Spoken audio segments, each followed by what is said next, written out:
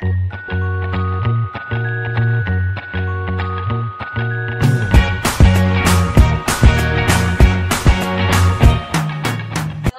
warahmatullahi wabarakatuh. Waalaikumsalam warahmatullahi wabarakatuh. Oke, selamat siang semuanya. Siang. Oke, kita ketemu lagi untuk mapel coding dan kecerdasan artifisial ya. Nah, untuk kali ini tema yang akan kita pelajari adalah tentang rekayasa prompt untuk kreasi konten ya. Nah, sebelum kita belajar tentang prompt, kita siapkan dulu untuk keperluan belajarnya. Nah, sebelum kita mulai, mari kita awali kegiatan ini dengan membaca basmalah terlebih dulu bersama-sama. Bismillahirrahmanirrahim. Oke, silakan disiapkan untuk perlengkapannya, buku, alat tulis, dan juga dinyalakan untuk PC masing-masing. Hari ini ada yang tidak berangkat? Ada. Siapa?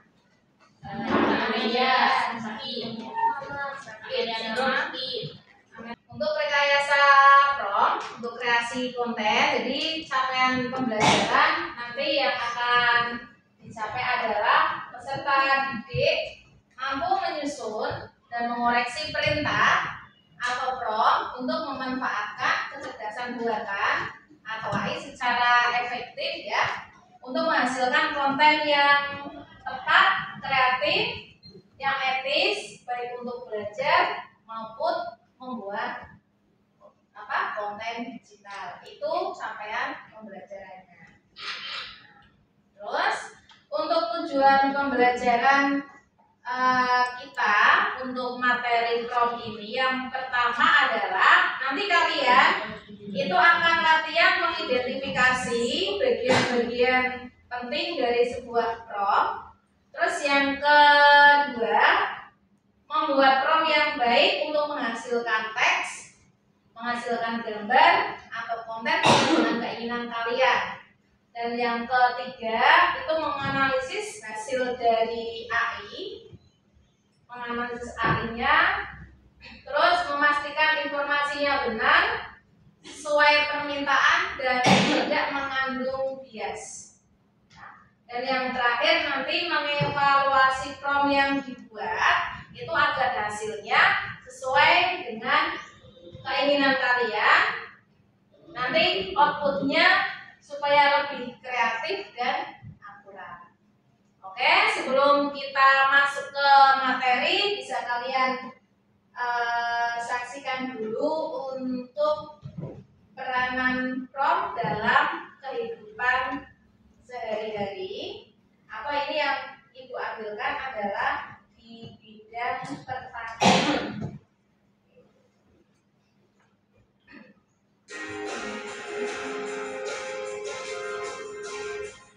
Hai Sobat Agro. Robot pertanian adalah teknologi inovatif dalam bidang pertanian yang terus berkembang dan mampu mengubah cara petani melakukan pekerjaan mereka. Robot pertanian dapat membantu meningkatkan produktivitas, mengurangi biaya, dan meningkatkan kualitas hasil panen. Selain itu, robot pertanian juga dapat membantu mengurangi biaya produksi. Biaya tenaga kerja dapat menjadi salah satu biaya terbesar dalam produksi pertanian. Dan dengan menggunakan robot pertanian, petani dapat mengurangi biaya tenaga kerja dan meningkatkan efisiensi produksi. Dulu tentang peranan AI dalam kehidupan sehari-hari. Nah, tadi yang dicontohkan itu ada dua, ya. Satu robot untuk pertanian, dua drone. Nah, kira-kira dua perangkat tadi kalau tidak dikasih perintah itu akan melaksanakan tugas sendiri enggak? Misal kalau nggak tidak di on kan, itu bisa dengan kesadaran, oh ini sudah pagi, saya mau menyiram misal tanaman, enggak kan? Nah, jadi semuanya itu atas kendali siapa? Kendali atau perintah dari manusia atau orang yang mengoperasikannya. Nah, begitu pula dengan AI, ya.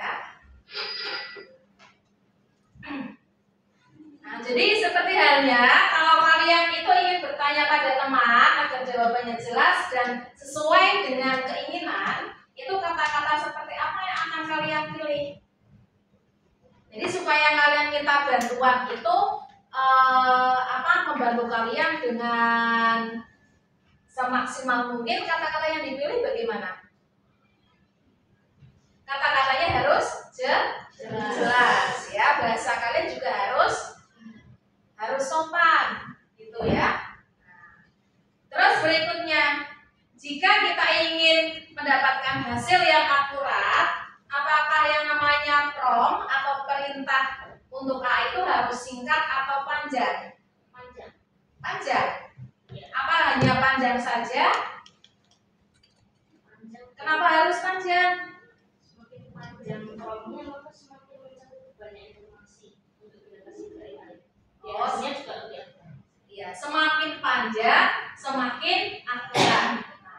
Oke, di sini panjang, oke, gak apa-apa panjang ya. Tapi dalam prompt yang panjang itu juga harus memiliki atau mencakup elemen-elemen yang memang jelas.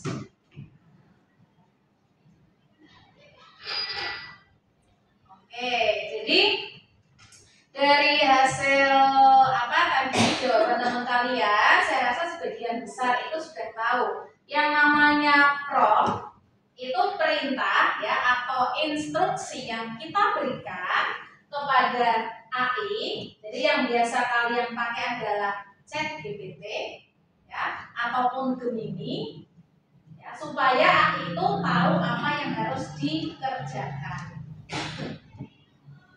Jadi supaya hasil dari AI atau outputnya sesuai dengan keinginan, apa yang harus kalian perhatikan? Jadi kalau ibarat petunjuk resep masakan ini ya, jadi kalau petunjuknya jelas, itu masakannya akan jadi sesuai selera. Terus kalau petunjuknya kurang jelas, hasilnya bisa melenceng. Melenceng itu berarti tidak enak, tidak sesuai selera kalian.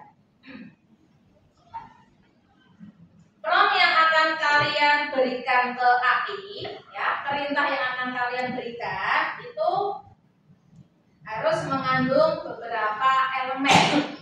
Elemen yang pertama itu adalah peran. Peran itu jadi kalian menginginkan A itu berperan sebagai siapa untuk menjalankan tugas dari kalian. Terus yang kedua, tugasnya apa? Ya, tesnya apa? Kalian memberi perintah prompt memberi perintah itu untuk apa? Terus yang ketiga itu konteks. Konteks itu latar belakang. Jadi yang keempat itu ada batasan. Itu jadi elemen yang ada di prompt. Jadi kalau misal kalian minta dibuatkan puisi, itu bukan hanya tolong saya buatkan puisi dong, itu nggak bisa, ya. Yang namanya AI itu akan menjawab atau akan melakukan apapun yang kalian perintahkan. Akan tetapi jawaban yang akan diberikan itu juga sesuai dengan perintah kalian. Cuma membuat puisi, ya udah dibuat puisi tapi tanpa tema. Kenapa? Kamu tidak memberikan tema kok ya.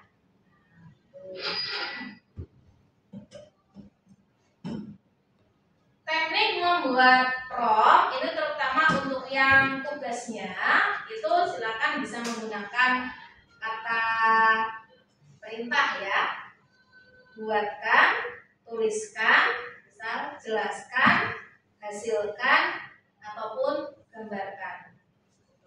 Jadi tekniknya ini hanya contoh, nanti kalian bisa divariasikan sesuai dengan keinginan kalian masing-masing.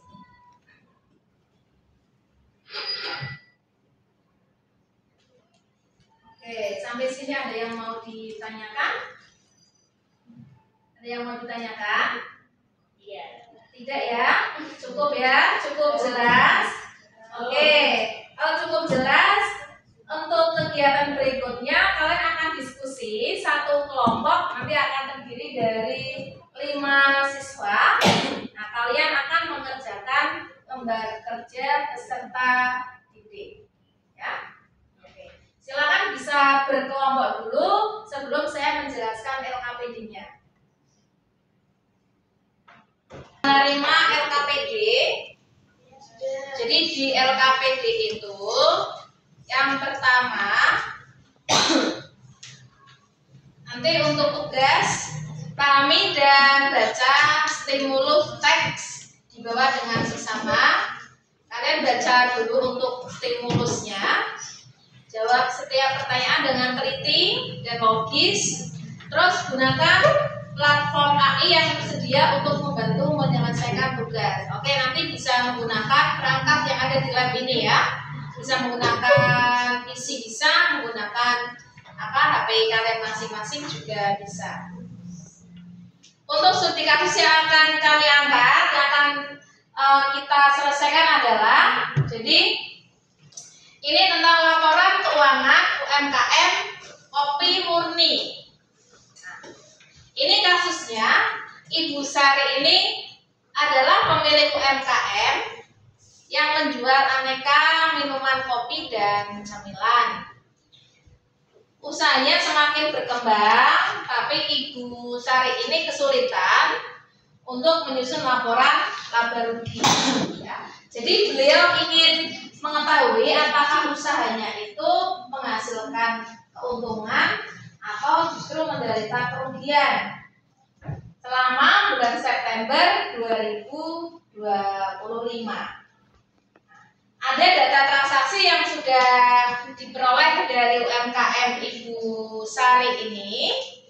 Itu ada data pendapatan, ada data tentang beban yang sudah dibayarkan, dan ada informasi tambahan.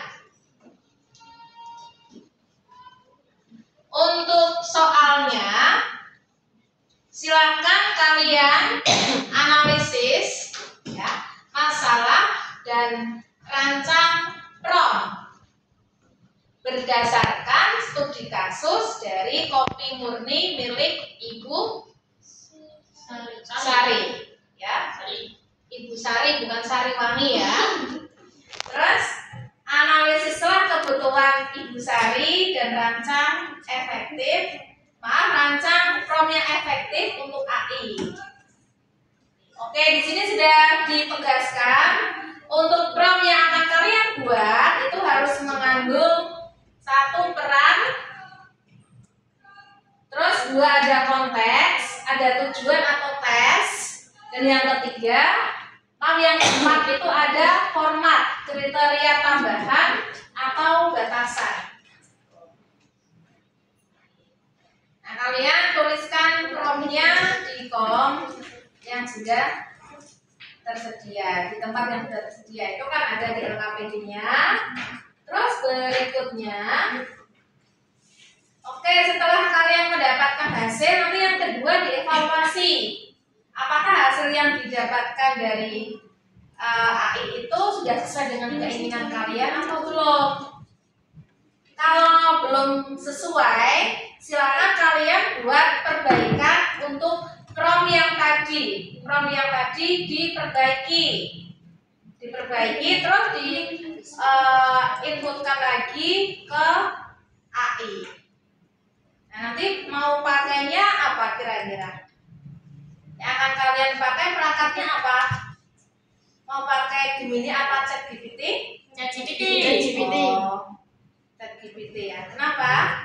Karena lebih simpel, ya, praktis, ya, gitu. Maaf, saya ulangi. Jadi dibuat perbaikan. Nanti kan setelah kalian diberitakan ke AI kan hasilnya keluar lagi. Ya. Kalau memang tetap belum sesuai, ya, belum sesuai dengan yang kalian inginkan, jadi belum sesuai dengan misal format laporan yang sudah kalian pelajari, itu ya nanti bisa kalian perbaiki prom lagi untuk yang kedua. Jadi untuk mendapatkan hasil yang bagus, output yang sesuai itu, promnya tidak cukup sekali, tapi bisa lebih dari 2 kali sampai benar-benar mendapatkan output yang kalian inginkan. Oke, sampai di sini jelas ya? Jelas. Silakan saya beri waktu untuk nge-prompt ya dan mengevaluasi itu 30 menit. Silakan berkolaborasi bersama dengan satu kelompok. Pastikan nanti kalian analisis bersama-sama. Setelah selesai melakukan 3 kegiatan, identifikasi, analisis, dan evaluasi, akan dilanjutkan dengan kegiatan presentasi. Jadi pilih satu yang akan mewakili kelompok kalian untuk menyajikan hasil diskusinya di depan. Oke, cukup ya? Cukup jelas ya? Nah, silakan bisa dikerjakan.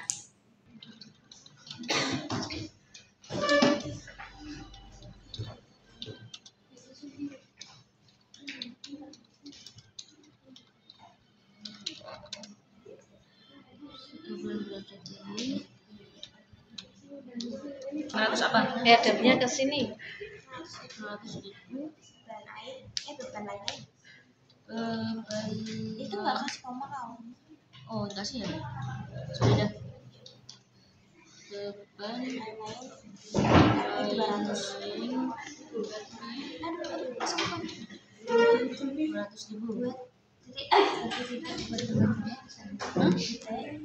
Oh, jadi gitu. Salah. Ya, silakan untuk presentasi kali ini disiapkan perwakilan salah satu anggota dari kelompok kalian ya untuk menyajikan hasil diskusinya ya. Nanti file bisa dikirimkan ke WA saya. Jadi nanti yang sudah kalian buat di PC masing-masing nanti akan kita tampilkan supaya bisa dilihat oleh kelompok lainnya. Oke, sudah siap ya? Ya. Oke, sudah siap. Silakan untuk yang mau maju pertama kali dari kelompoknya siapa? Kesempatan kelompok 2 ya? Ya. Kelompoknya Saskia. Ini dong. Ya, silakan bisa dibawa.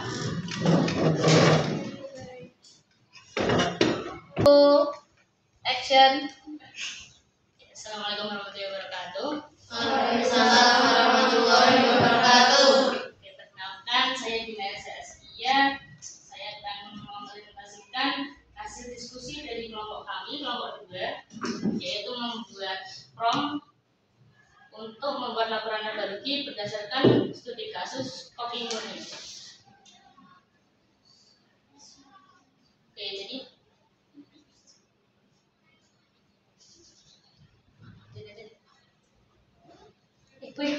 adalah prompt kami yang pertama, isinya adalah USB. Oke, lanjut. Dari prompt tadi mencakup beberapa keterangan, yaitu ada peran AI yang menjadi seorang alat keuangan dan konteksnya berisi data dari yang soal studi kasus tadi. Tujuannya adalah untuk membuatkan laporan laba rugi pada Desember 2025 untuk dibuat dengan sederhana dan mudah dipahami. Lanjut. Dari prompt yang kami buat tadi memberikan hasil seperti ini. Hasil ini sudah benar, sudah bagus, tapi masih ada sedikit yang kurang. Lalu kami membuat prompt yang kedua. Kami merevisinya lagi. Karena dari prompt yang tadi tidak ada keterangan dalam rupiah dan tidak ada pemisahan antara beberapa usaha dan di luar usaha dan tidak punya performa yang memiliki pengurangan bertingkat. Jadi ini adalah prompt kedua kami yang akan kami revisi karena tadi masih kurang sedikit. Jadi dari prompt yang kedua tadi yang telah kita revisi memberikan hasil yang seperti ini. Oke, sudah benar, sudah ada keterangan dalam rupiah dan sudah dibedakan antara pendapatan usaha dan pendapatan di luar usaha. Lanjut.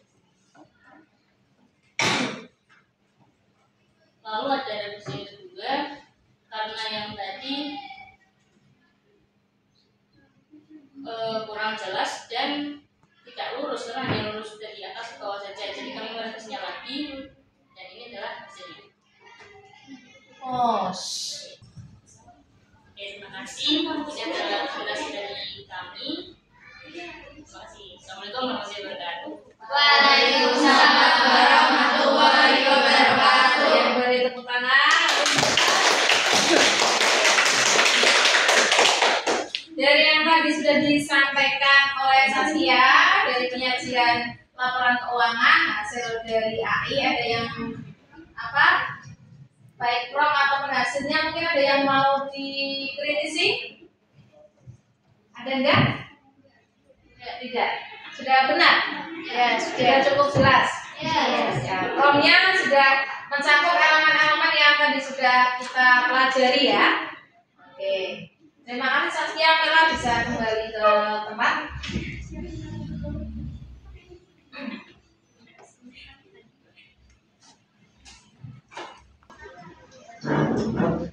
Oke, tadi sudah disajikan beberapa presentasi, hasil presentasi dari teman-teman kalian.